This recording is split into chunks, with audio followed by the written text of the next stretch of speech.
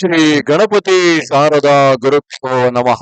ಆಪದಾಮಪಹರ್ತಾರಂ ದಾತಾರಂ ಸರ್ವಸಂಪದಾಂ ಲೋಕಾಭಿರಾಮಂ ಶ್ರೀರಾಮಂ ಭೂಯೋ ಭೂಯೋ ನಮಾಮ್ಯಹಂ.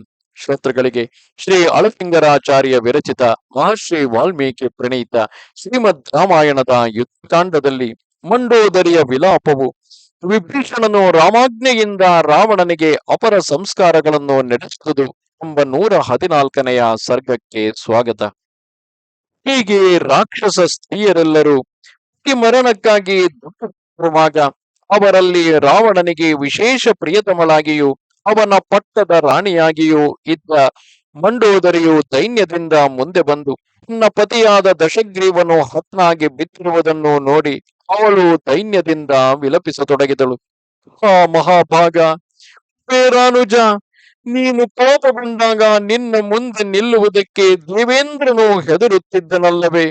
ಮಹಾಮಹಿಮೆಯುಳ್ಳ ಋಷಿಗಳು, ಬ್ರಾಹ್ಮಣರು, ಯಶಸ್ವಿಗಳಾದ ಗಂಧರ್ವರು ನಿನಗಾಗಿ ಭಯಪಡುತ್ತಿದ್ದರು. ನಿನ್ನ ಭಯದಿಂದ ಚಾರಣರು ಕೂಡ ನಾನಾ ದಿಕ್ಕುಗಳಿಗೆ ಪಲಾಯನ ಮಾಡಿದರು. ಅಂತಹ ವೀರಾಗ್ರಣಿಯಾದ ನೀನು ಕೇವಲ ಮನುಷ್ಯ ಮಾತ್ರನಾದ ರಾಮನಿಂದ ಯುದ್ಧದಲ್ಲಿ ಸೋಲಿಸಲ್ಪಟ್ಟೆಯ? ರಾಜೇಂದ್ರ, ಇದೇನು? ಈ ಸ್ಥಿತಿಯಲ್ಲಿಯೂ ನೀನು ನಾಚಿಕೆ ಇಲ್ಲದೆ ಸುಮ್ಮನೆ ಮಲಗಿರುವುದೆಂದರೇನು? ತ್ರೈಲೋಕ್ಯವನ್ನು ವಶಪಡಿಸಿಕೊಂಡು ಮಹಾಭಾಗ್ಯದಿಂದಲೂ ಮೇಲೆನಿಸಿ ಎಂತರಿಗೂ ಸಗಿಸಲ ಸಾಧ್ಯವಾದ ಬಲವುಳ್ಳ ನಿನ್ನನ್ನು ಕೇವಲ ಮನುಷ್ಯನೊಬ್ಬನು, ಅದರಲ್ಲಿಯೂ ಕಾಡು ಕಾಡಾಗಿ ತಿರುಗುತ್ತಿದ್ದವನು, ಯುದ್ಧದಲ್ಲಿ ಕೊಂದನೆಂದರೆ ಇದಕ್ಕಿಂತಲೂ ಇನ್ನು ಆಶ್ಚರ್ಯವೇನುಂಟು? ಇಷ್ಟು ಮಾತ್ರವಲ್ಲ, ಮನುಷ್ಯರಿಂದ ಪ್ರವೇಶಿಸುವುದಕ್ಕೂ ಸಾಧ್ಯವಿಲ್ಲದ ಈ ಪ್ರದೇಶದಲ್ಲಿ ಕಾಮರೂಪಿಯಾಗಿ ಸಂಚರಿಸತಕ್ಕ ನಿನ್ನನ್ನು ಮನುಷ್ಯ ಮಾತ್ರನು ಯುದ್ಧದಲ್ಲಿ ಕೊಂದನೆಂದರೆ ಎಷ್ಟು ಮಾತ್ರವೂ ಒಪ್ಪತಕ್ಕದಲ್ಲ. ಸಮಸ್ತ ಯುದ್ಧೋಪಕರಣಗಳಿಂದಲೂ ಪೂರ್ಣನಾದ ನಿನ್ನನ್ನು ಮನುಷ್ಯನೊಬ್ಬನು ಯುದ್ಧಾಂತರದಲ್ಲಿ ನಿಗ್ರಹಿಸಿದನೆಂದರೆ ನನಗೆ ಎಷ್ಟು ಮಾತ್ರವೂ ಅದರಲ್ಲಿ ನಂಬಿಕೆಯಿಲ್ಲ. ಇದು ಮನುಷ್ಯ ಮಾತ್ರದಿಂದ ನಡೆಯತಕ್ಕ ಕಾರ್ಯವಾಗಿಯೂ ತೋರಲಿಲ್ಲ. ಇಂದು ಜನಸ್ಥಾನದಲ್ಲಿ ಇದೇ ರಾಮನು ಅನೇಕ ರಾಕ್ಷಸ ಸೈನ್ಯದೊಡನೆ ಸೇರಿಸಿ ನಿನ್ನ ತಮ್ಮನಾದ ಕರನನ್ನು ಕೊಂದಾಗಲೇ ಈತನು ಮನುಷ್ಯ ಸಾಮಾನ್ಯನಲ್ಲವೆಂಬುದು ಸ್ಪಷ್ಟವಾಯಿತು. ಅಂದರೆ ಸಾಮಾನ್ಯ ಮನುಷ್ಯನಲ್ಲವೆಂಬುದು ಸ್ಪಷ್ಟವಾಯಿತು. ಇದರ ಮೇಲೆ ದೇಶಗಳಿಗೂ ಪ್ರವೇಶಿಸುವುದಕ್ಕೆ ಸಾಧ್ಯವಲ್ಲದ ಈ ಲಂಕೆಯನ್ನು ಹನುಮಂತನೆಂಬ ಕಾಡು ಕಪಿಯೊಂದು ತನ್ನ ವೀರ್ಯದಿಂದ ಪ್ರವೇಶಿಸಿ ಬಂದಾಗ ನಮಗೆ ರಾಮನ ವಿಷಯದಲ್ಲಿ ಇನ್ನೂ ಸ್ವಲ್ಪ ಭಯವು ತಲೆದೋರಿತು. ಅದಕ್ಕೂ ಮೇಲೆ ಭಯಂಕರಾಕಾರವುಳ್ಳ ಅನೇಕ ವಾನರರು ಸೇರಿ ಈ ಮಹಾಸಮುದ್ರಕ್ಕೆ ಸೇತುವನ್ನು ಕಟ್ಟಿದರೆಂಬ ಸುದ್ದಿಯನ್ನು ಕೇಳಿದ ಮೇಲೆ ರಾಮನು ಮನುಷ್ಯನಲ್ಲವೆಂದೇ ನನ್ನ ಮನಸ್ಸಿನಲ್ಲಿ ಚೆನ್ನಾಗಿ ನಿರ್ಧರಿಸಿಬಿಟ್ಟನು. ಆದುದರಿಂದ ಮುಖ್ಯವಾಗಿ ಯಮನೇ ನಿನ್ನನ್ನು ಕೊಲ್ಲುವುದಕ್ಕಾಗಿ ಅಪರಿಮೇಯವಾದ ಮಹಿಮೆಯುಳ್ಳ ಸೀತಾರೂಪವಾದ ಒಂದು ಮಾಯೆಯನ್ನು ನಿರ್ಮಿಸಿ ತಾನು ರಾಮರೂಪವನ್ನು ಧರಿಸಿ ಈ ಲಂಕೆಗೆ ಬಂದಿರಬೇಕು. ಹಾಗಿಲ್ಲವೇ ಒಂದು ವೇಳೆ ಇಂದ್ರನೇ ನಿನ್ನಲ್ಲಿ ಹಗೆ ತೀರಿಸಿಕೊಳ್ಳುವುದಕ್ಕಾಗಿ ಈ ವ್ಯಾಜ್ಯದಿಂದ ಬಂದಿರಬೇಕಲ್ಲದೆ ಬೇರೆಯಲ್ಲ.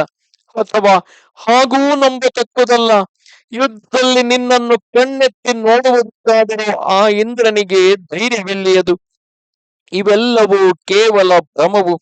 ಮುಖ್ಯವಾದ ತತ್ವವೇನೆಂದರೆ ಅನವರತವು ಲೋಕರಕ್ಷಣೋಪಾಯ ಚಿಂತೆ ಎಂಬ ಮಹಾ ತಪಸ್ಸಿನಲ್ಲಿ ನಿರತನಾಗಿ ಸದಾ ಸ್ಥಿತಿಯನ್ನು ಹೊಂದಿರುವುದರಿಂದಲೂ ವಿನಾಶಗಳಿಲ್ಲದುದರಿಂದಲೂ ತ್ರಯ ಪರಿಣಾಮ ಶೂನ್ಯನಾದುದರಿಂದಲೂ ಸರ್ವ ಜೀವಾತ್ಮಗಳಿಂದಲೂ ಮೇಲೆ ಷಡ್ಭಾವ ವಿಕಾರ ಶೂನ್ಯವಾದ ಪರಮಾತ್ಮನೆನಿಸಿಕೊಂಡು ಇಂದ್ರಾದಿ ದೇವತೆಗಳಲ್ಲಿ ಮೇಲೆನಿಸಿಕೊಂಡ ಬ್ರಹ್ಮಾದಿಗಳಿಗಿಂತಲೂ ಉತ್ಕೃಷ್ಟನಾಗಿ ಪ್ರಾಕೃತ ಮಂಡಲದಿಂದಾಚೆಗೆ ಅಪ್ರಾಕೃತವಾದ ವೈಕುಂಠದಲ್ಲಿ ದಿವ್ಯ ವಿಗ್ರಹದಿಂದ ಬೆಳಗುವವನಾಗಿ ಆಶ್ರಿತ ರಕ್ಷಣಾರ್ಥವಾಗಿ ಅನವರತವು ಶಂಖ ಚಕ್ರ ಗದಾಯುಧಗಳನ್ನು ಧರಿಸಿದವನಾಗಿ ಶ್ರೀವತ್ಸ ಎಂಬ ಮತ್ಸ್ಯಾಕಾರವಾದ ಮಚ್ಚೆಯುಳ್ಳವನಾಗಿ ನಿತ್ಯಾನಪಾಯಿನಿಯಾದ ಮಹಾಲಕ್ಷ್ಮಿಯೊಡಗೂಡಿದವನಾಗಿ ಎಂತರಿಗೂ ದುರ್ಜಯನೆನಿಸಿದ ಶ್ರೀಮನ್ನಾರಾಯಣನೇ ಈ ರೂಪದಿಂದ ಬಂದಿರುವನು ಎಂಬುದರಲ್ಲಿ ಸಂದೇಹವೇ ಇಲ್ಲ.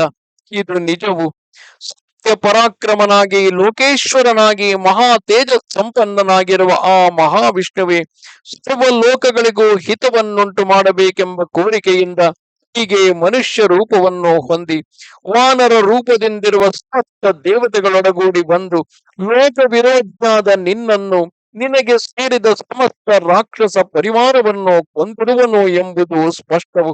ನಾಥ, ನೀನು ಮೊದಲು ನಿನ್ನ ಸರ್ವೇಂದ್ರಿಯಗಳನ್ನು ತಲೆ ಎತ್ತದೆ ಹಾಗೆ ಅಡಗಿಸಿ ಮಹಾತಪಸ್ಸನ್ನು ಮಾಡಿ 3 ಲೋಕವನ್ನು ಜಯಿಸಿಕೊಂಡೆಯಷ್ಟೇ.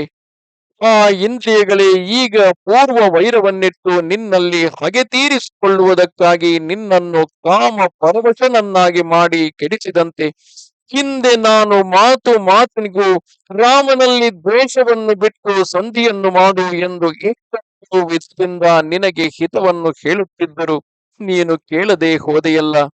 ಅದರ ಫಲವು ಈಗ ನಿನ್ನ ಅನುಭವಕ್ಕೆ ಚೆನ್ನಾಗಿ ಬಂದಿದೆ. ರಾಕ್ಷಸ ರಾಜೇಂದ್ರ, ನೀನು ಸೀತೆಯ ವಿಷಯದಲ್ಲಿ ಹೀಗೇಕೆ ಅಕಸ್ಮಾತ್ತಾಗಿ ಆಸೆಯನ್ನು ಮಾಡಿದೆ? ಆ ರಮಣೀಯ ವಿಷಯದಲ್ಲಿ ನೀನು ಹೀಗೆ ಆಸೆ ಪಟ್ಟುದು ಕೇವಲ ಅಯುಕ್ತವು. ಇದರಿಂದ ನಿನ್ನ ಮಹಾಭಾಗ್ಯವು, ನಿನ್ನ ನಂಟರಿಷ್ಟರು ನೀನು ಏಕಕಾಲದಲ್ಲಿ ನಾಶ ಹೊಂದುವುದು ಮಾತ್ರವೇ ಫಲಿಸಿತು. ಆಹಾ, ಅರುಂಧತಿಗಿಂತಲೂ ರೋಹಿಣಿಗಿಂತಲೂ ಪೂಜ್ಯತಮನಾಗಿರುವ ಆ ಸೀತಾದೇವಿಯನ್ನು ಸೆರೆ ಹಿಡಿದ ನಿನ್ನ ದುರ್ಬುದ್ಧಿಗಾಗಿ ನಾನು ಎಷ್ಟೆಷ್ಟು ಸಂಕಟಪಟ್ಟರೂ ತೀರದು. ಆ ಪತಿವ್ರತ ಶಿರೋಮಣಿಯಲ್ಲಿ ನೀನು ಬಹಳ ಅನುಚಿತ ಕಾರ್ಯವನ್ನು ನಡೆಸಿದೆ. ನಾಥ, ಆ ಸೀತಾದೇವಿಯನ್ನು, ಆ ಸೀತೆಯನ್ನು ಕೇವಲ ಸಾಮಾನ್ಯ ಸ್ತ್ರೀ ಎಂದು ಎಣಿಸಿದೆಯಾ? ಆಕೆಯು ತಾಳ್ಮೆಯಲ್ಲಿ ಭೂದೇವಿಗೂ ಭೂದೇವಿ ಎನಿಸುವಳು, ಸಂಪತ್ತಿನಲ್ಲಿ ಲಕ್ಷ್ಮಿಗೂ ಲಕ್ಷ್ಮಿ ಎನಿಸುವಳು, ಪತಿಯಲ್ಲಿ ಪರಮ ವಾತ್ಸಲ್ಯವುಳ್ಳವಳು, ಸರ್ವಾಂಗ ಸುಂದರಿ, ಸಮಸ್ತ ಮಂಗಳಗಳಿಗೂ ಮುಖ್ಯ ಸ್ಥಾನಲಾಗಿರುವಳು. ಅಂತಹ ಸೀತಾದೇವಿಯು ನಿರ್ಜನವಾದ ಕಾಡಿನಲ್ಲಿರುವಾಗ ನೀನು ಕಪಟದಿಂದ ಆಕೆಯನ್ನು ಬಲಾತ್ಕರಿಸಿ ತಂದೆಯಲ್ಲವೇ? ಇಷ್ಟಾದರೂ ಅವಳನ್ನು ಕೈವಶ ಮಾಡಿಕೊಳ್ಳಬೇಕೆಂಬ ನಿನ್ನ ಕೋರಿಕೆಯಾದರೂ ಈಡೇರಿತೆ? ಅದೂ ಇಲ್ಲ. ಕಾಂತ, ನಿನ್ನ ಸ್ವಾಧೀನನಾದ ನನ್ನನ್ನು ಹೀನವಾಗಿ ಭಾವಿಸಿ ಆ ಪತಿವ್ರತ ಶಿರೋಮಣಿಯನ್ನು ಸೆರೆ ಹಿಡಿದು ಫಲವೇನಾಗಿತು? ಅವಳ ತಪಃಪ್ರಭಾವದಿಂದ ನೀನು ದಗ್ಧನಾದುದೊಂದು ಹೊರತು ಬೇರೆಯಲ್ಲ. ಆ ರಮಣಿ ಮಣಿಯನ್ನು ಸೆರೆ ಹಿಡಿಯುವುದಕ್ಕೆ ಕೈ ನೀಡಿದಾಗಲೇ ನೀನು ದಗ್ಧನಾಗಬೇಕಾಗಿದ್ದರು. ನಿನ್ನಲ್ಲಿ ಯಾವುದೋ ಒಂದು ಅಸಾಧಾರಣ ಮಹಾತ್ಮ್ಯವಿದ್ದುದರಿಂದಲೇ ಇಷ್ಟು ದೂರದವರೆಗೆ ತಡೆದು ಬಂದಿತು. ಆ ನಿನ್ನ ಮಹತ್ವದಿಂದಲ್ಲವೇ ಇಂದ್ರಾಗ್ನಿಗಳೇ ಮೊದಲಾದ ದೇವತೆಗಳೆಲ್ಲರೂ ಭಯಪಡುತ್ತಿದ್ದರು. ಆದರೇನು, ಪಾಪ ಕರ್ಮವನ್ನು ಮಾಡಿದವನು ಫಲ ಸಮಯವು ಬಂದಾಗ ತಾನು ಮಾಡಿದ ಪಾಪಕ್ಕೆ ತಕ್ಕಂತೆ ಘೋರವಾದ ಫಲವನ್ನು ಅನುಭವಿಸಿಯೇ ತೀರಬೇಕು ಎಂಬುದರಲ್ಲಿ ಸಂದೇಹವಿಲ್ಲ. ಕಾರ್ಯವನ್ನು ನಡೆಸುವವನು ಉತ್ತಮ ಫಲವನ್ನೇ ಹೊಂದುವನು.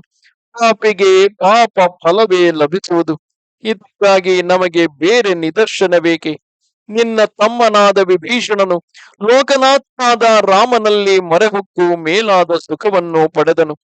ನೀನು ನಿನ್ನ ಪಾಪಕ್ಕೆ ಈ ಸ್ಥಿತಿಯನ್ನು ಹೊಂದಿದೆ. ಪ್ರಾಣನಾಥ, ಆ ಸ್ಥಿತಿಗಿಂತಲೂ ರೂಪವತಿಯಾದ ಬೇರೆ ಎಷ್ಟೋ ಮಂದಿ ಸ್ತ್ರೀಯರು ನಿನ್ನ ವಶದಲ್ಲಿದ್ದರು. ಕಾಮವಶನಾದ ನಿನಗೆ ಅವರಲ್ಲಿ ಮನಸ್ಸು ತಿರುಗಲಿಲ್ಲ. ನಾಥ, ನಿನ್ನನ್ನು ಮೋಹಗೊಳಿಸುವಂತೆ ಕುಲದಲ್ಲಿಯಾಗಲಿ, ರೂಪದಲ್ಲಿಯಾಗಲಿ, ವಿದ್ಯಾ ಸಾಮರ್ಥ್ಯದಲ್ಲಿಯಾಗಲಿ ಸೀತೆಯು ನನ್ನನ್ನು ಮೀರಿಸುವವಳಲ್ಲ. ಕೊನೆಗೆ ನನಗೆ ಸತಿಯೂ ಅಲ್ಲ. ಹಾಗಿದ್ದರೂ ಮೋಹಾಂಧನಾದ ನೀನು ಇದನ್ನು ತಿಳಿಯದೆ ಹೋದೆಯಲ್ಲ. ಹಾಗಿದ್ದರೂ ಲೋಕದಲ್ಲಿ ಯಾವ ಪ್ರಾಣಿಗಾದರೂ ನಿಮಿತ್ತವಿಲ್ಲದೆ ಮೃತ್ಯುವು ಸಂಭವಿಸದು. ನೀನು ಎಷ್ಟು ಪ್ರಯತ್ನಪಟ್ಟು ಬಹುದೂರದಿಂದ ಆ ಸ್ತ್ರೀಯನ್ನು ತಂದುದು ನಿನಗೆ ನೀನೇ ಪ್ರಯತ್ನಪಟ್ಟು ಮೃತ್ಯುವನ್ನು ತಂದುಕೊಂಡಂತಾಯಿತು. ಆಕೆಯ ದುಃಖವು ಎಂದಿಗೆ ತೀರಿತು. ಇನ್ನು ರಾಮನೊಡನೆ ಸೇರಿ ಆಕೆಯು ಸುಖದಿಂದ ವಿಹರಿಸುವಳು. ಭಾಗ್ಯಹೀನೆಯಾದ ನಾನು ಮಾತ್ರ ಹೀಗೆ ಭಯಂಕರವಾದ ಸಮುದ್ರದಲ್ಲಿ ಮುಳುಗಿ ಹೋದೆನು. ವೀರಾಗ್ರಣಿ, ಇದುವರೆಗೆ ನಾನು ನಿನ್ನೊಡನೆ ಸೇರಿ ವಿಚಿತ್ರಗಳಾದ ಎಷ್ಟು ಪುಷ್ಪಮಾಲಿಕೆಗಳನ್ನು ಧರಿಸಿದನು. ಎಣೆಯಿಲ್ಲದ ಭಾಗ್ಯವನ್ನು ಅನುಭವಿಸಿದನು. ಆ ಭಾಗ್ಯಕ್ಕೆ ಅನುರೂಪವಾಗಿ ನಿನ್ನೊಡನೆ ಪುಸ್ತಕ ವಿಮಾನವನ್ನೇರಿ ಕೈಲಾಸದಲ್ಲಿಯೂ, ಮಂದರ ಪರ್ವತದಲ್ಲಿಯೂ, ಮಹಾಮೇರುವಿನಲ್ಲಿಯೂ, ಚೈತ್ರ ರಥವನದಲ್ಲಿಯೂ, ಇನ್ನೂ ಅನೇಕ ದೇವೋದ್ಯಾನಗಳಲ್ಲಿಯೂ ಅನವರತವೂ ವಿಹರಿಸುತ್ತಿದ್ದೆನು. ನಾನಾ ವಿಧಗಳಾದ ಪ್ರದೇಶಗಳನ್ನು ನೋಡುತ್ತಾ ಎಣೆಯಿಲ್ಲದ ಸುಖವನ್ನು ಅನುಭವಿಸಿದೆನು. ಹಾಗಿದ್ದ ನನಗೆ ಈಗ ನಿನ್ನ ಮರಣದಿಂದ ಸಮಸ್ತ ಕಾಮೋಪಭೋಗಗಳು ಕೈಬಿಟ್ಟು ಹೋದವು. ಅಷ್ಟೊಂದು ಭೋಗಗಳನ್ನು ಅನುಭವಿಸುತ್ತಿದ್ದ ನಾನು ಈಗ ಹುಟ್ಟುವುದು ಮೊದಲು ಸುಖವೆಂಬುದನ್ನೇ ಕಾಣದ ಕೇವಲ ಸಾಮಾನ್ಯ ಸ್ತ್ರೀಯಂತೆ ದೀನ ದಶೆಯನ್ನು ಹೊಂದಿದನಲ್ಲ. ಈ ಈ ರಾಜ ಸಂಪತ್ತುಗಳೆಲ್ಲವನ್ನು ಸುಡಬೇಕು. ಇವೆಲ್ಲವೂ ಚಂಚಲಗಳು. ಆ ರಾಜನೇ, ಅತಿ ಸುಕುಮಾರನಾಗಿ ಅಂದವಾದ ಹುಬ್ಬುಗಳಿಂದಲೂ ನುಣುಪಾದ ಚರ್ಮದಿಂದಲೂ ಉಬ್ಬಿದ ಮೂಗಿನಿಂದಲೂ ಸೊಂಪೇರಿದ ಈ ನಿನ್ನ ಮುಖ ಸೌಂದರ್ಯವನ್ನು ನೋಡಿ ನಾನು ಹೇಗೆ ಸಹಿಸಲಿ? ಕಾಂತಿಯಲ್ಲಿ ಚಂದ್ರನಿಗೂ, ಸೌಂದರ್ಯದಲ್ಲಿ ಕಮಲಕ್ಕೂ, ತೇಜಸ್ಸಿನಲ್ಲಿ ಸೂರ್ಯನಿಗೂ ಸಾಟಿಯಾಗಿ, ಉತ್ತಮಾಂಗದಲ್ಲಿ ಪರ್ವತ ಶಿಖರದಂತಿರುವ ಕಿರೀಟದಿಂದ ಶೋಭಿತನಾಗಿ, ತಂಪಾದ ಹಣೆಗಿಂದಲೂ ಜ್ವಲಿಸುವ ಕುಂಡಲಗಳಿಂದಲೂ ಮನೋಹರವಾದ ನಿನ್ನ ಮುಖವು ಮೊದಲು ಆಗಾಗ ಪಾನ ಮದದಿಂದ ತಿರುಗುವ ಕಣ್ಣಾಲೆಗಳಿಂದಲೂ ಬಗೆ ಬಗೆಯ ಪುಷ್ಪ ಮಾಲಿಕೆಗಳಿಂದಲೂ ಅಂದವಾದ ಕಿರುನಗೆಗಳಿಂದ ಕೂಡಿದ ಸವಿನುಡಿಗಳಿಂದಲೂ ಎಷ್ಟು ಶುಭಕರವಾಗಿತ್ತಲ್ಲವೇ? ಆ ನಿನ್ನ ಮುಖವೇ ಈಗ ರಾಮಬಾಣಗಳಿಂದ ಭಿನ್ನವಾಗಿ ರಕ್ತ ಧಾರಗಳಿಂದ ತೊಯ್ದು ಹೊರಕ್ಕೆ ಕಿತ್ತು ಬಂದ ಮೇದೋ ಮಾಂಸಗಳಿಂದಲೂ ರಕ್ತ ಧೂಳಿನಿಂದಲೂ ತುಂಬಿ ಕೇವಲ ಕಾಂತಿಹೀನವಾಗಿರುವುದಲ್ಲ. ಆಹಾ, ನನಗೂ ಈ ವೈಧವ್ಯ ದಶೆಯು ಪ್ರಾಪ್ತವಾಯಿತೇ? ಮೂಡೆಯಾದ ನಾನು ಈ ಅವಸ್ಥೆಯುಂಟಾಗುವುದೆಂದು ಎಂದೆಂದಿಗೂ ಎಣಿಸಿರಲಿಲ್ಲ. ನನ್ನ ತಂದೆಯಾದರೂ ದಾನವರಾಜನಾದ ಮಯನು, ರಾಕ್ಷಸ ಚಕ್ರವರ್ತಿಯೇ ನನ್ನ ಪತಿಯು. ಇಂದ್ರನನ್ನು ಜಯಿಸಿ ವೀರ್ಯದಲ್ಲಿ ಖ್ಯಾತಿಗೊಂಡ ಇಂದ್ರಜಿತ್ತೆ ನನ್ನ ಹೊಟ್ಟೆಯಲ್ಲಿ ಹುಟ್ಟಿದ ಮಗನು.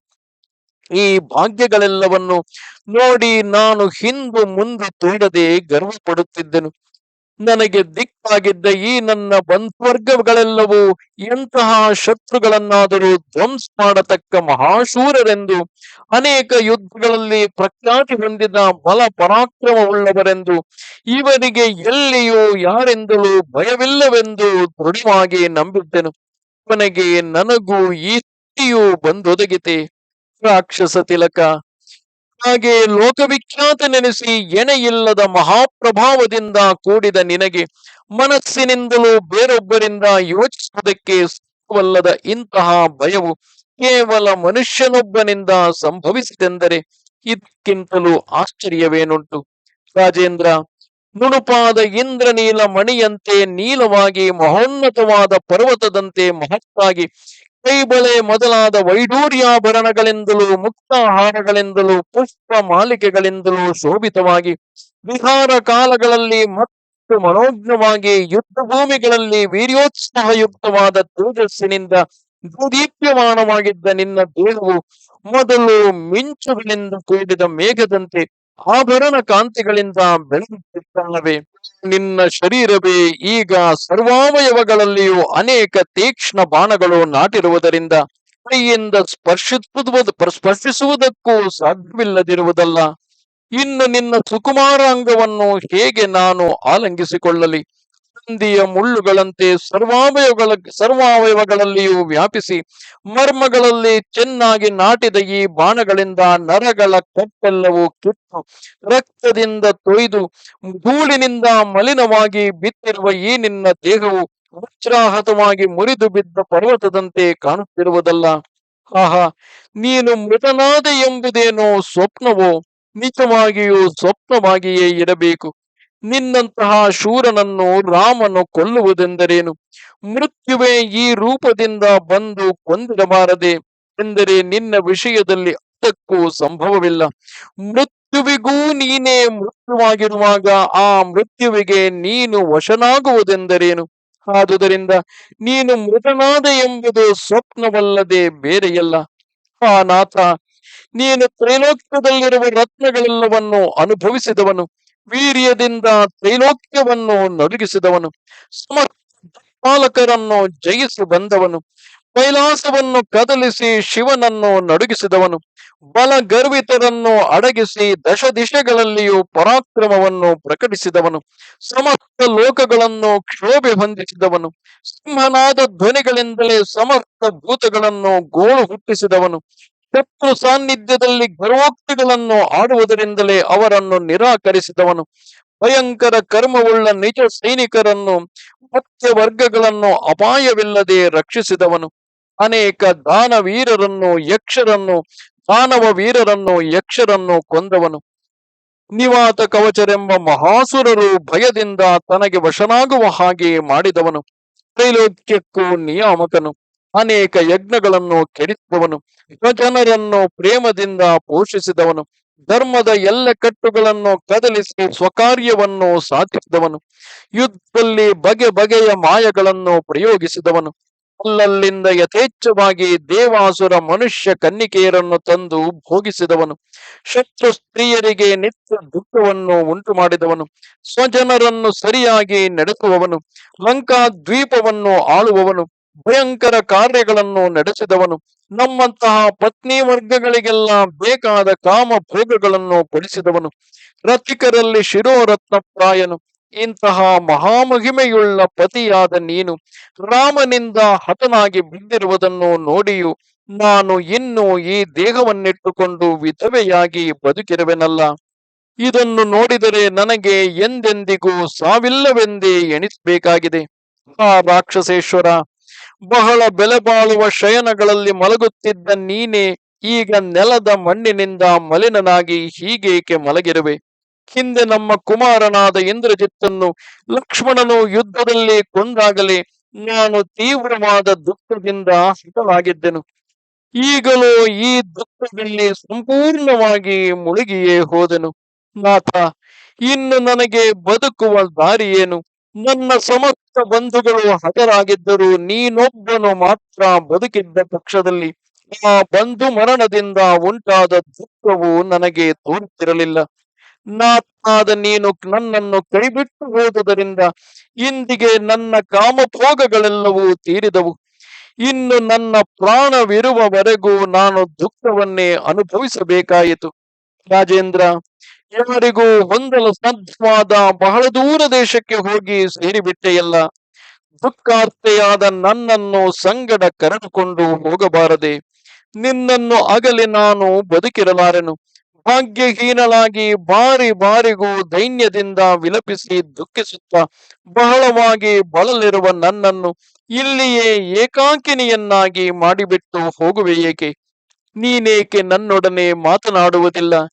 ಪ್ರಾಣಕಾಂತ, ಹಾ ಪ್ರಭು, ಅಂತಃಪುರ ಸ್ತ್ರೀಯರಿಗೆ ಯೋಗ್ಯವಾದ ಮುಸುಕಿಲ್ಲದೆ ಪುರದ್ವಾರದಿಂದ ಕಾಲು ನಡೆಯಿಂದಲೇ ಈ ಯುದ್ಧ ರಂಗಕ್ಕೆ ಬಂದಿರುವ ನನ್ನನ್ನು ನೋಡಿ ಇನ್ನೂ ನೀನು ಕೋಪಿಸದಿರುವೆ ಏಕೆ?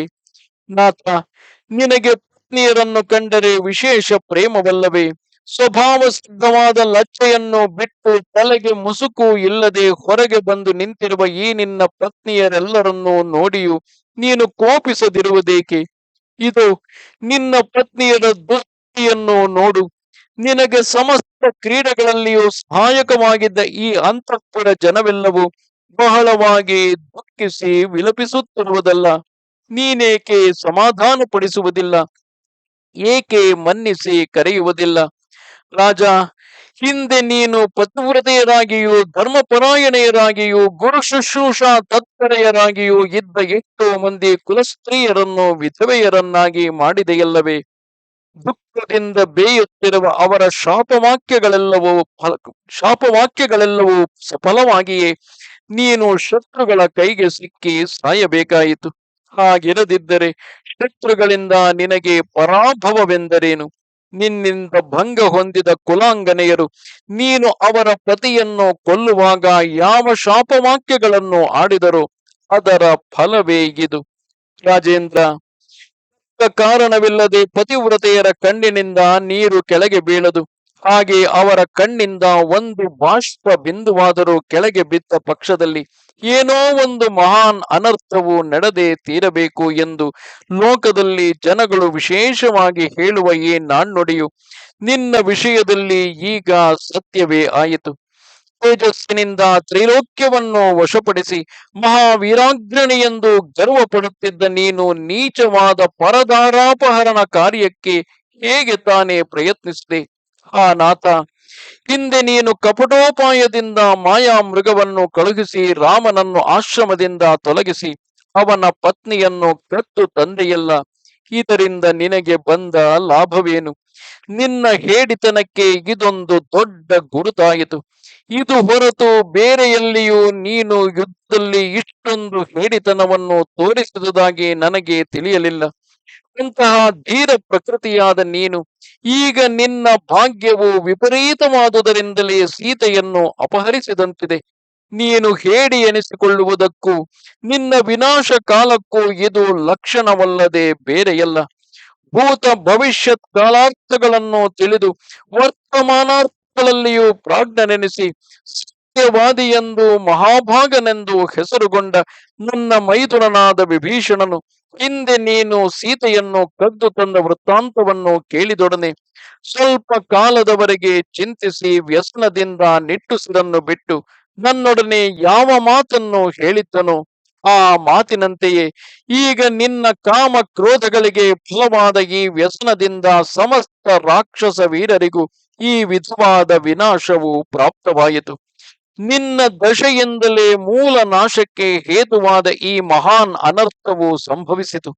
ನಿನ್ನಿಂದಲೇ ಈ ಸಮಸ್ತ ರಾಕ್ಷಸ ಕುಲವು ದಿಕ್ಕಿಲ್ಲದಂತಾಯಿತು. ಬಲ ಪೌರುಷಗಳಲ್ಲಿ ಪ್ರಖ್ಯಾತಿ ಹೊಂದಿ ಮಹಾಶೂರನೆನಿಸಿದ ನೀನು ಯುದ್ಧದಲ್ಲಿ ಮೃತಿ ಹೊಂದಿದುದಕ್ಕಾಗಿ ನಾನು ದುಃಖಿಸಬೇಕಾದುದಿಲ್ಲ. ಹಾಗಿದ್ದರೂ ಸ್ತ್ರೀಯರಿಗೆ ಸಹಜವಾದ ಚಾಪಲ್ಯದಿಂದ ನನ್ನ ಬುದ್ಧಿಯು ಹೀಗೆ ದೈನ್ಯದಿಂದ ತತ್ತಳಿಸುವುದು. ನೀನಾದರೂ ನಿನ್ನ ಪಾಪ ಪುಣ್ಯಗಳಿಗೆ ತಕ್ಕಂತೆ ಹೊಂದಬೇಕಾದ ಗತಿಯನ್ನು ಹೊಂದಿದೆ. ಆದುದರಿಂದ ನಿನ್ನನ್ನು ಕುರಿತು ದುಃಖಿಸಬೇಕಾದುದಿಲ್ಲ.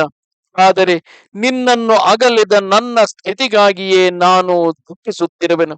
ನಾಥ, ನಿನ್ನ ಮಿತ್ರರು ನಿನ್ನ ಹಿತಕ್ಕಾಗಿ ಹೇಳಿದ ಮಾತುಗಳನ್ನು ನೀನು ಕೇಳದೆ ಹೋದೆ. ಮಿತ್ರರ ಮಾತು ಹಾಗಿರಲಿ. ಒಡಹುಟ್ಟಿದ ತಮ್ಮಂದಿರೆಲ್ಲರೂ ನಿನಗೆ ಎಷ್ಟೋ ವಿಧದಿಂದ ಹಿತವನ್ನು ಹೇಳಿದರಲ್ಲವೇ?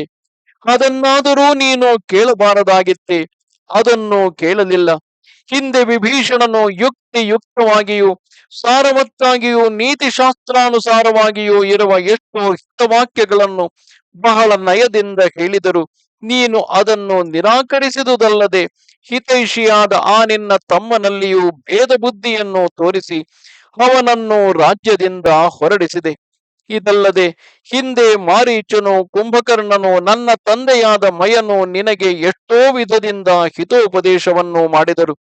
ವೀರ್ಯ ಮದದಿಂದ ಕೊಬ್ಬಿದ ನೀನು ಅವರ ಮಾತುಗಳಿಗೂ ಕಿವಿಗೊಡಲಿಲ್ಲ.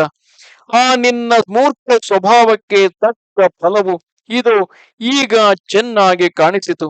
ಯಾರೇನು ಮಾಡಬಲ್ಲರು? ಆ ಪ್ರಾಣನಾಥ, ನೀಲ ಮೇಘದಂತೆ ಮನೋಹರವಾದ ಈ ಮೈ ಮೇಲೆ ಪೀತಾಂಬರವನ್ನು ಧರಿಸಿ ಅಂದವಾದ ತೋಳ್ಬಳೆಗಳಿಂದ ಶೋಭಿಸುತ್ತಿದ್ದ ನೀನು ಹೀಗೆ ರಕ್ತದಿಂದ ತೊಯ್ದು ಕೈಕಾಲುಗಳನ್ನು ಚಾಚಿ ನೆಲದಲ್ಲಿ ಮಲಗಿರುವೆಯಲ್ಲ. ನಾನು ಹೀಗೆ ದುಃಖದಿಂದ ಕೊರಗುತ್ತಿದ್ದರು ನನಗೇಕೆ ಪ್ರತ್ಯುತ್ತರವನ್ನು ಕೊಡುವುದಿಲ್ಲ? ಮಹಾಪರಾಕ್ರಮಶಾಲಿಯಾಗಿ ಯಾವ ಯುದ್ಧದಲ್ಲಿಯೂ ಹಿಂಜರಿಯದಷ್ಟು ಸಮರ್ಥನಾಗಿ ಗುಣಾಢ್ಯನಾಗಿ ಆ ಮೌಲ್ಯವಂತನ ದೌಹಿತ್ಯನೆನಿಸಿಯೂ ನೀನು ಕೈ ಹಿಡಿದ ಹೆಂಡತಿಯಾದ ನನ್ನನ್ನು ಕಣ್ಣೆತ್ತು ನೋಡದಿರುವುದೇಕೆ? ವೀರಾಗ್ರಣಿ, ಹೀಗೆ ನೀನು ಮೈಮರೆತು ಮಲಗಿರುವುದರಿಂದಲ್ಲವೇ ಸೂರ್ಯನು ನಿರ್ಭಯವಾಗಿ ಈಗ ತನ್ನ ಪಾದಗಳನ್ನು ಅಂದರೆ ಕಿರಣಗಳನ್ನು ಮೆಲ್ಲ ಮೆಲ್ಲಗೆ ಲಂಕೆಯ ಕಡೆಗೆ ನೀಡುತ್ತಿರುವನು. ನಮಗೆ ಅಭೂತಪೂರ್ವವಾದ ಈ ಅವಮಾನವು ಪ್ರಾಪ್ತವಾಗಿರುವಾಗಲೂ ನೀನು ಸುಮ್ಮನೆ ಮಲಗಿರುವುದೇಕೆ? ನಾಥ, ಹೇಳೇಳು ರಾಕ್ಷಸೇಂದ್ರ, ಸೂರ್ಯ ವರ್ಚಸ್ಸುಳ್ಳ ಯಾವ ಮಹಾನ್ ಆಯುಧದಿಂದ ನೀನು ಯುದ್ಧದಲ್ಲಿ ಶತ್ರುಗಳನ್ನು ಧ್ವಂಸ ಮಾಡುತ್ತಿದ್ದೆಯೋ ಈಗಲೂ ಯಾವುದು ಮಹೇಂದ್ರನ ವಜ್ರಾಯುಧದಂತೆ ಶೋಭಿಸುತ್ತಿರುವುದು? ಯಾವುದನ್ನು ನೀನು ನಿನ್ನ ಕೈಗಳಿಂದಲೇ ಯಾವಾಗಲೂ ಪೂಜಿಸುತ್ತಿದ್ದೆಯೋ? ಯಾವ ದಿವ್ಯಾಯುಧವು ಸಮಸ್ತ ಶತ್ರುಗಳನ್ನು ನಿರ್ಮೂಲ ಮಾಡುತ್ತಿತ್ತು? ಸುವರ್ಣಾಲಂಕೃತವಾದ ಆ ನಿನ್ನ ಪರಿಘವು ರಾಮ ಬಾಣಗಳಿಂದ ಸಹಸ್ರ ಭಾಗವಾಗಿ ಭೇದಿಸಿ ಕೆಳಗೆ ಬಿತ್ತಿರುವುದನ್ನಾದರೂ ಕಾಣೆಯ? ನಾಥ, ಪ್ರಿಯ ಪತ್ನಿಯನ್ನು ಆಲಂಗಿಸುವಂತೆ ಈಗ ನೀನು ಈ ಯುದ್ಧಭೂಮಿಯನ್ನೇ ಬಿಗಿದಪ್ಪಿ ಮಲಗಿರುವೆಯಲ್ಲ. ನನ್ನನ್ನು ಮಾತ್ರ ನಿನಗೆ ಪ್ರಿಯ ಇಲ್ಲದಂತೆ ಮಾಡಿ ನನಗೆ ಪ್ರತ್ಯುತ್ತರವನ್ನು ಕೊಡದಿರುವುದೇಕೆ? ನೀನು ಹೀಗೆ ಮರಣವನ್ನು ಹೊಂದಿರುವಾಗಲೂ ನನ್ನ ಹೃದಯವು ದುಃಖದಿಂದ ಸಹಸ್ರ ಭಾಗವಾಗಿ ಒಡೆದು ಹೋಗದಿರುವುದಲ್ಲ? ಕಲ್ಲಿನಂತೆ ಕಠಿಣವಾದ ಈ ನನ್ನ ಹೃದಯವನ್ನು ಸುಡಬೇಕು ಎಂದು ನಾನಾ ವಿಧವಾಗಿ ವಿಲಪಿಸಿದಳು. ರಾವಣನಿಗೆ ಪಟ್ಟದ ರಾಣಿಯಾದ ಆ ಮಂಡೋದರಿಯು ಹೀಗೆ ಕಣ್ಣೀರು ಬಿಟ್ಟು ವಿಲಪಿಸುತ್ತಾ ಪತಿಯಲ್ಲಿರುವ ಪ್ರೇಮಾತಿಶಯದಿಂದ ಮೈಮರೆತು ಮನಸ್ಸಂಕಟವನ್ನು ತಡೆಯಲಾರದೆ ಹಾಗೆಯೇ ಪ್ರಜ್ಞೆ ತಪ್ಪಿ ರಾವಣನ ಎದೆಯ ಮೇಲೆ ಬಿದ್ದಳು. ಸಹಜವಾದ ನೀಲವರ್ಣದಿಂದ ಕೂಡಿ ಅದರ ಮೇಲೆ ರಕ್ತಸ್ರಾವದಿಂದ ನೆನೆದ ರಾವಣನ ಮೈ ಮೇಲೆ ಬಿದ್ದು ಮಂಡೋದರಿಯು ಹೀಗೆ ಸಂಕಟದಿಂದ ಹೊರಳುತ್ತಿರುವಾಗ ಸಂಧ್ಯಾ ರಾಗದಿಂದ ಕೆಂಪೇರಿ ಕಾಳಮೇಘದಲ್ಲಿ ತಲೆದೋರಿದ ಮಿಂಚಿನಂತೆ ಕಾಣುತ್ತಿದ್ದಳು. ಮಂಡೋದರಿಯು ಹೀಗೆ ರೋದನ ಮಾಡುತ್ತಾ ಮೂರ್ಛಿತಳಾಗಿ ರಾವಣನ ಎದೆಯ ಮೇಲೆ ಬಿದ್ದುದನ್ನು ನೋಡಿ ಆಕೆಯ ಸವತಿಯರೆಲ್ಲರೂ ಆತುರದಿಂದ ಬಂದು ತಾವು ಕಣ್ಣೀರು ಬಿಟ್ಟು ರೋಧಿಸುತ್ತಾ ಆಕೆಯನ್ನು ಕೈ ಹಿಡಿದು ಮೇಲಕ್ಕೆತ್ತಿ, ದೇವಿ, ಈ ರಾಜ ಸಂಪತ್ತುಗಳೆಲ್ಲವೂ ಚಂಚಲಗಳೆಂದು ನಿನಗೂ ಚೆನ್ನಾಗಿ ತಿಳಿದೇ ಇರುವುದಲ್ಲವೇ? ಬಾಲ್ಯ, ಯೌವನ, ಜರಾ ಮರಣಗಳೆಂಬ ಬೇರೆ ಬೇರೆ ಅವಸ್ಥೆಗಳು ಆಗಾಗ ಮೂಡುತ್ತಿರುವುದರಿಂದ ಜನಗಳ ಸ್ಥಿತಿಯೇ ಸ್ಥಿರವಲ್ಲ ಎಂಬುದನ್ನು ನೀನು ಚೆನ್ನಾಗಿ ತಿಳಿದೇ ಇರುವೆ. ಹೀಗಿರುವಾಗಲೂ ನೀನು ದುಃಖಿಸುವುದೇಕೆ ಎಂದು ಸಮಾಧಾನಪಡಿಸಿದರು. ಹೀಗೆ ಸವತಿಯರೆಲ್ಲರೂ ಸುತ್ತಿ ಮುತ್ತಿ ತನ್ನನ್ನು ಸಂತೈಸುತ್ತಿದ್ದರು. ಮಂಡೋದರಿಯು ದುಃಖವನ್ನು ತಡೆಯಲಾರದೆ ಕಣ್ಣೀರಿನ ಪ್ರವಾಹಗಳಿಂದ ತನ್ನ ಸ್ತನಾಗ್ರಗಳನ್ನು ತೋಯಿಸುತ್ತಾ ಬಹಳ ದೀನ ಧ್ವನಿಯಿಂದ ಗಟ್ಟಿಯಾಗಿ ರೋಧಿಸುತ್ತಿದ್ದಳು. ಹೀಗೆ ರಾವಣ ಪತ್ನಿಯರೆಲ್ಲರೂ ರೋಧಿಸುತ್ತಿರುವಾಗ ರಾಮನು ವಿಭೀಷಣನನ್ನು ನೋಡಿ, ವಿಭೀಷಣ, ನೀನು ಈ ಸ್ತ್ರೀಯರೆಲ್ಲರನ್ನೂ ಸಮಾಧಾನಪಡಿಸಿ ನಿನ್ನ ಪಟ್ಟಣಕ್ಕೆ ಹಿಂತಿರುಗಿಸಿ ನಿನ್ನಣ್ಣನಿಗೆ ಉತ್ತರ ಕ್ರಿಯೆಗಳನ್ನು ಆರಂಭಿಸು ಎಂದನು. ರಾಮನು ಹೇಳಿದ ಈ ವಾಕ್ಯವನ್ನು ಕೇಳಿದ ಮೇಲೆ ಧರ್ಮಜ್ಞನಾದ ವಿಭೀಷಣನಿಗೆ ಮನಸ್ಸಿನಲ್ಲಿ ಒಂದು ವಿಧವಾದ ಶಂಕೆಯು ಹುಟ್ಟಿತು. ಹಿಂದೆ ತನ್ನಣ್ಣನಾದ ರಾವಣನಿಗೆ ಉತ್ತರ ಕ್ರಿಯೆಗಳನ್ನು ಮಾಡಬೇಕೆಂದು ತಾನಾಗಿ ಸೂಚಿಸಿದುದರ ಮೇಲೆ ತನ್ನ ಮಾತನ್ನು ತೆಗೆಯಲಾರದೆ ನಿರ್ಬಂಧಕ್ಕಾಗಿ ರಾಮನು ಹೀಗೆ ಹೇಳಿರುವನು ಎಂಬ ಸಂದೇಹವು ಹುಟ್ಟಿತು. ಈ ವಿಷಯದಲ್ಲಿ ಮತ್ತೊಮ್ಮೆ ರಾಮನ ನಿಜವಾದ ಮನೋಭಿಪ್ರಾಯವೇನೆಂಬುದನ್ನು ತಿಳಿದು ಅವನ ಅನುಮತಿಯನ್ನು ಮುಂದಿಟ್ಟುಕೊಂಡೇ ಆ ಕಾರ್ಯವನ್ನು ನಡೆಸಬೇಕೆಂಬ ಬುದ್ಧಿಯೂ ಹುಟ್ಟಿತು. ಸ್ವಲ್ಪ ಹೊತ್ತಿನವರೆಗೆ ತನ್ನಲ್ಲಿ ತಾನೇ ಚಿಂತಿಸಿ ಆಮೇಲೆ ಧರ್ಮಾರ್ಥಯುಕ್ತವಾದ ಮಾತಿನಿಂದ ವಿನಯಪೂರ್ವಕವಾಗಿ ರಾಮನನ್ನು ಕುರಿತು ವಿಜ್ಞಾಪಿಸುವನು. ರಾಮ, ಈ ರಾವಣನು ಧರ್ಮಗಳನ್ನು ನೀಗಿದವನು, ವ್ರತಗಳನ್ನು ತ್ಯಜಿಸಿದವನು, ಕ್ರೂರನು, ಪ್ರಾಣಿ ಹಿಂಸಕನು, ಸತ್ಯವನ್ನು ಮೀರಿದವನು, ಪತ್ನಿಯರನ್ನು ಮುಟ್ಟಿದ ಮಹಾಪಾಪಿಯು. ಇಂಥವನಿಗೆ ಸಂಸ್ಕಾರವನ್ನು ನಡೆಸುವುದು ನನಗೆ ಯೋಗ್ಯವಾದ ಕಾರ್ಯವಲ್ಲ. ಇವನು ನನಗೆ ಸಹೋದರ ರೂಪದಿಂದ ಶತ್ರುವೇ ಹೊರತು ಬೇರೆಯಲ್ಲ. ಸರ್ವ ವಿಧದಲ್ಲಿಯೂ ಇವನು ನನ್ನ ಕೇಡನ್ನೇ ಕೋರುತ್ತಿದ್ದವನು. ಹಿರಿಯಣ್ಣನೆಂಬುದಕ್ಕಾಗಿ ನಾನು ಇವನನ್ನು ಗೌರವಿಸಬೇಕಾಗಿದ್ದರು ಅವನ ಕೃತ್ಯಗಳನ್ನು ನೋಡಿದರೆ ಸರ್ವಥಾ ಪೂಜಾರ್ಹವಲ್ಲ. ಆದರೆ ಒಂದು ವೇಳೆ ಈಗ ನಾನು ನನ್ನ ಅಣ್ಣನಾದ ಈತನಿಗೆ ಸಂಸ್ಕಾರವನ್ನು ಮಾಡದ ಪಕ್ಷದಲ್ಲಿ ಲೋಕವು ನನ್ನನ್ನು ಕ್ರೂರನೆಂದು ನಿಂದಿಸಬಹುದು. ಆದರೇನು, ಅವರೇ ಈಗ ಇವನು ಇದುವರೆಗೂ ನಡೆಸಿದ ಅಕೃತ್ಯಗಳನ್ನು ಕೇಳಿದ ಪಕ್ಷದಲ್ಲಿ ನಾನು ಈತನಿಗೆ ಸಂಸ್ಕಾರವನ್ನು ಮಾಡದೆ ಬಿಟ್ಟುದೇ ಉತ್ತಮ ಕಾರ್ಯವೆಂದು ಹೇಳುವರು ಎಂದನು. ಈ ಮಾತನ್ನು ಕೇಳಿ ಧರ್ಮಜ್ಞರಲ್ಲಿ ಮೇಲೆನಿಸಿಕೊಂಡ ರಾಮನು ಆ ವಿಭೀಷಣನ ಮಾತಿಗಾಗಿ ಬಹಳ ಅತೃಪ್ತಿಯನ್ನು ತೋರಿಸುತ್ತಾ ತಿರುಗಿ ಆತನನ್ನು ಕುರಿತು, ರಾಕ್ಷಸೇಶ್ವರ, ನೀನಾದರೂ ಯಾವಾಗಲೂ ನನಗೆ ಹಿತವನ್ನೇ ಬಯಸತಕ್ಕವನು. ನನಗೆ ಈ ಜಯ ಉಂಟಾದುದು ಹಿತವನ್ನು ಹೇಳಬೇಕಾದುದೇ ಅತ್ಯವಶ್ಯವು. ರಾವಣನಿಗೆ ಸಂಸ್ಕಾರವನ್ನು ನಡೆಸುವುದು ನನಗೆ ಅತಿ ಪ್ರಿಯವಾದ ಕಾರ್ಯವಾದುದರಿಂದ ನೀನು ಅವಶ್ಯವಾಗಿ ಅದನ್ನು ನಡೆಸಿಯೇ ತೀರಬೇಕು. ನಿನಗೂ ಈ ಕಾರ್ಯವು ಬಹಳ ಶ್ರೇಯಸ್ಕರವಾದುದರಿಂದ ಈ ಕಾರ್ಯದಲ್ಲಿ ನಿನ್ನನ್ನು ನಿಯೋಜಿಸಬೇಕಾದುದು ನನಗೂ ಅವಶ್ಯ ಕರ್ತವ್ಯವು. ಆದುದರಿಂದ ಈಗ ನೀನು ಈ ಸಂಸ್ಕಾರವನ್ನು ನಡೆಸಬೇಕು. ಈ ರಾವಣನು ಅಧರ್ಮದಲ್ಲಿಯೂ ಅಸತ್ಯದಲ್ಲಿಯೂ ಪ್ರವರ್ತಿಸಿದವನು ಎಂಬುದೇನೋ ವಾಸ್ತವವು. ಈ ವಿಷಯದಲ್ಲಿ ಅವನು ದೋಷಿಯಾಗಿದ್ದರೂ ಅವನಲ್ಲಿ ಇತರ ಗುಣಭಾಗಗಳು ಹೆಚ್ಚಾಗಿರುವವು. ಇವನು ಬಹಳ ತೇಜಸ್ವಿಯು, ಬಲಾಢ್ಯನು, ಯಾವಾಗಲೂ ಯುದ್ಧದಲ್ಲಿ ಪರಾಜಯವನ್ನು ಹೊಂದದ ಮಹಾಶೂರನೆನಿಸಿಕೊಂಡಿರುವವನು. ಇಂದ್ರಾದಿ ದೇವತೆಗಳಿಂದಲೂ ಇವನಿಗೆ ಪರಾಜಯವಿಲ್ಲವೆಂದು ನಾವು ಕೇಳಿರುವೆವು. ಮತ್ತು ಅವನಲ್ಲಿ ಎಣೆಯಿಲ್ಲದ ಮಹಾಮಹಿಮೆಯುಂಟು.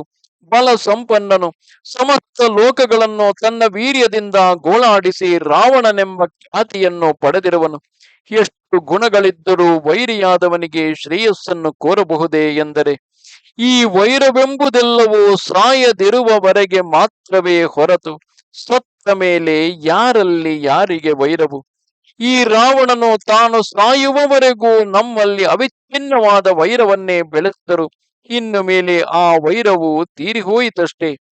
ಇನ್ನು ನಮಗೆ ವೈರವೇನು?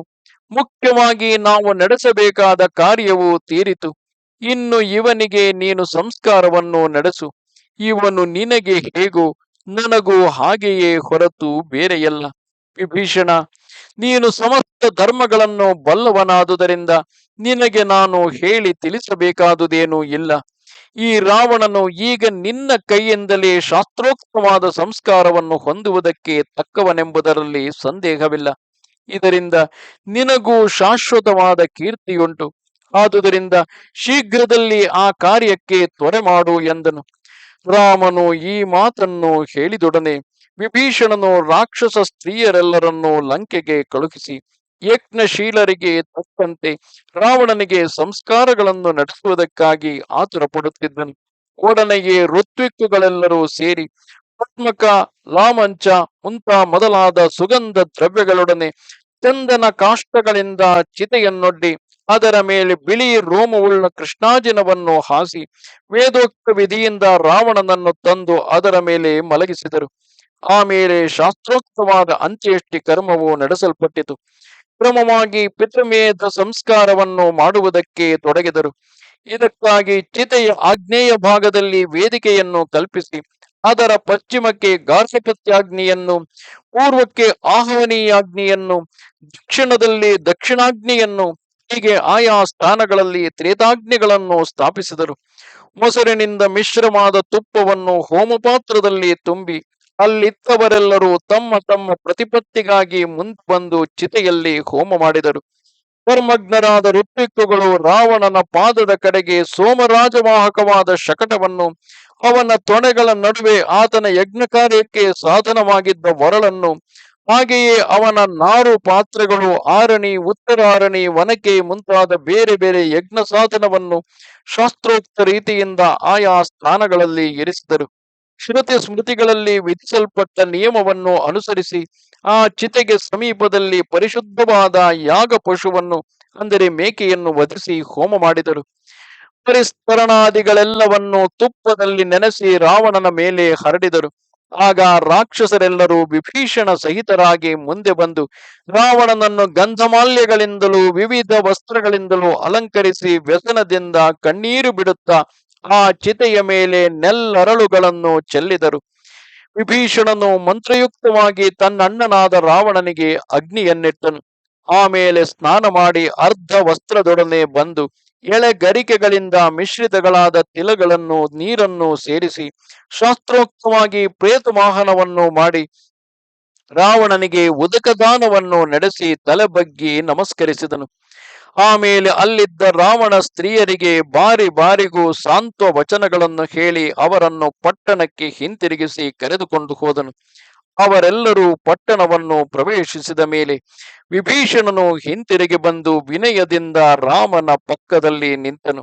ಆಗ ರಾಮನು ವೃತ್ರನನ್ನು ಕೊಂದ ದೇವೇಂದ್ರನಂತೆ ಶತ್ರು ಜಯದಿಂದ ಉಂಟಾದ ಕಾಂತಿ ವಿಶೇಷದಿಂದ ಬೆಳಗುತ್ತಾ ಸಮಸ್ತ ವಾನರ ಸೈನ್ಯಗಳಿಂದ ಪರಿವೃತನಾಗಿ ಸುಗ್ರೀವ ಲಕ್ಷ್ಮಣರೊಡಗೂಡಿ ಪರಮಾನಂದದಿಂದಿದ್ದನು. ಇಲ್ಲಿಗೆ 114ನೆಯ ಸರ್ಗವು ಮುಗಿದುದು. ನಮಸ್ತೆ ಶಾರದೆ ದೇವಿ ಕಾಶ್ಮೀರ ಪುರವಾಸಿನಿ ತ್ವಾಮಹಂ ಪ್ರಾರ್ಥಯೇ ನಿತ್ಯಂ ವಿದ್ಯಾದಾನಂಚ ದೇಹಿಮೆ. ನಮಸ್ಕಾರ.